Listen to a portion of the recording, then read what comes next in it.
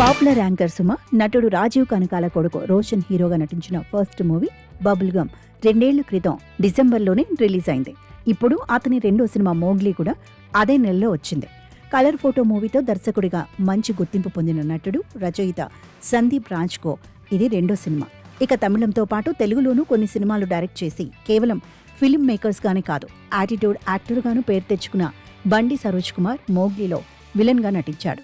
దాంతో సహజంగానే అందరి అటెన్షన్ మోగ్లీ మీదకు మళ్లింది. పైగా అఖండ 2 కారణంగా తమ సినిమా విడుదల అయోమయంలో పడిపోయిందంటూ సందీప్ రాజ్, సరోజ్ కుమార్ సోషల్ మీడియాలో చేసిన వ్యాఖ్యలు, ప్రీ రిలీజ్ ఈవెంట్లో సెన్సార్ బృందంపై చేసిన విమర్శలు కూడా ఈ సినిమాకు మంచి పబ్లిసిటీ తెచ్చిపెట్టాయి. మరి ఈ నేపథ్యంలో వచ్చిన మోగ్లీ ఎలా ఉందో చూద్దాం.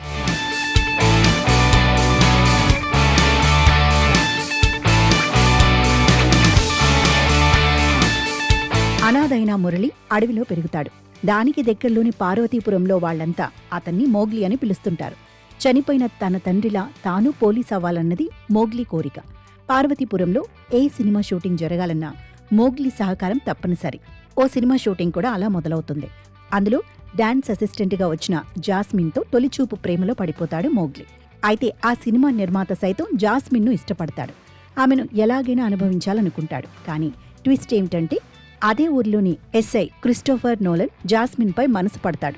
ఈ విషయం తెలుసుకున్న మోగ్లీ, జాస్మిన్ అతని నుండి తప్పించుకుని అడవిలోకి పారిపోతారు. అడవిలో ఉన్న ఈ ప్రేమ జంటను నోలన్ ఎలా బయటకు రప్పించాడు, వారిని ఎలాంటి చిత్రహింసలకు గురిచేశాడు, అతను చేసిన పాపాలకు భగవంతుడు నోలన్కు ఎలాంటి శిక్ష వేశాడు అనేది మిగతా కథ. సహజంగా ఇలాంటి ప్రేమ కథ చిత్రాలు చాలా వరకు హ్యాపీ ఎండింగ్తో ఉంటాయి. ఇది అలాంటిదే. కాకపోతే హీరో హీరోయిన్లు ప్రేమను దక్కించుకోవడానికి చేసే పోరాటాన్ని కాస్తంత భిన్నంగా ఫారెస్ట్ బ్యాక్డ్రాప్లో చూపించాడు దర్శకుడు సందీప్ రాజ్. హీరో హీరోయిన్లను సీతారాములకు ప్రతీకలుగా చూపించటం, హీరోయిన్ పట్ల మోహాన్ని పెంచుకున్న విలన్ను ఆడవారిని చెరబట్టే రావణాసురుడితో పోల్చటం చేశాడు. క్రిటికల్ సిచ్యువేషన్లో హీరోకు డివైన్ పవర్ సాయం చేసినట్టుగా చూపించాడు. సో ఈ లవ్ స్టోరీకి చక్కని డివోషనల్ టచ్ను ఇచ్చి ముగించాడు. విలన్ను క్రిస్టియన్గా చూపించిన సందీప్ రాజ్ తెలివిగా హీరో కోసం ప్రాణాలిచ్చే బంటి క్రిస్టియన్గానే చూపించాడు. దాంతో కథ విషయంలో ఎవరికీ ఎలాంటి ఇబ్బంది లేదు. అయితే దానిని తెరకెక్కించిన విధానం మరీ ప్రెడిక్టబుల్గా ఉంది. మూవీ ప్రథమార్థం సినిమా నేపథ్యంలో సాగడం, షూటింగ్లో ఎదురయ్యే ఇబ్బందులు, వాటిని హీరో సాల్వ్ చేయడం బోరు కొట్టకుండానే సాగిపోయింది. మూగా చెవిటి అమ్మాయితో హీరో ప్రేమలో పడటం, ఆ తర్వాత చిన్నపాటి అపోహలు, ఆ పైన అవి తొలగిపోవడం ఎంగేజింగ్గానే ఉంది. పైగా ఇంటర్వెల్ ముందు హీరోయిన్కు వచ్చే కష్టాలకు సూత్రధారి ఎవరనేది రివీల్ చేసిన విధానం కూడా బాగుంది. కానీ సెకండ్ హాఫ్లో మొనాటని అయిపోయింది. ఎంతసేపు అక్కడక్కడే కథ సాగడంతో ప్రేక్షకుడు నిదానంగా అందులోని పాత్రలలో డిటాచ్ అయిపోవడం మొదలవుతాడు. పోరాట సన్నివేశాలు లెంతిగా అనిపిస్తాయి. కథ ఎటు నుండి ఎటు వెళ్ళిపోతుందో అర్థం కాని సమయంలో టక్కున క్లైమాక్స్లోకి వెళ్లిపోయి చిన్నపాటి డివోషనల్ టచ్తో ఎండ్ కార్డ్ వేసేశారు. ఆ సన్నివేశాలలో ఫీల్ మిస్ అయింది.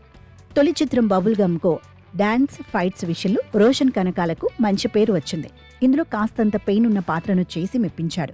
అయితే నటుడిగా ఇంకా ఇంప్రూవ్ కావాల్సింది చాలా ఉంది.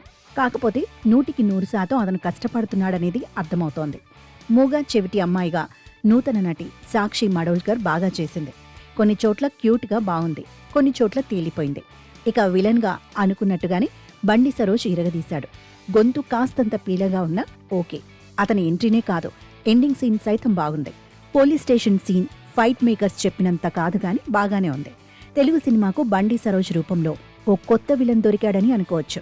హీరోగానే కంటిన్యూ కావాలని అనుకుంటున్న సరోజ్ విలన్ పాత్రలు ఎంతవరకు యాక్సెప్ట్ చేస్తాడో చూడాలి. ఈ మధ్య కాలంలో వైవహర్షకు మంచి మంచి పాత్రలు దొరుకుతున్నాయి. అందులో ఇది కూడా ఒకటి. కృష్ణ భగవాన్ చాలా కాలం తర్వాత తెర మీద కనిపించాడు. తనికేళ్ల రమణ భార్గవ్కు మంచి పాత్ర దక్కింది.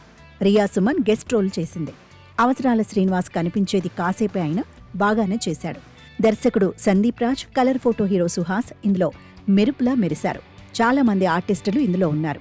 అందరినీ చక్కగానే సందీప్ రాజ్ ఉపయోగించుకున్నాడు. కాలభైరవ సంగీతం, నటరాజ్ మాడిగుండ యాక్షన్, రామమారుతి సినిమాటోగ్రఫీ బాగున్నాయి. నిర్మాతలు టీజీ విశ్వప్రసాద్, కృతి ప్రసాద్ మేకింగ్లో ఎక్కడ రాజీ పడలేదు. ఆ విషయం తెర మీద సన్నివేశాలలో కనిపిస్తోంది. ఊహకందే కథా కథనాల కారణంగా మోగ్లీ పర్వాలేదనిపించే స్థాయిలోనే ఉండిపోయింది.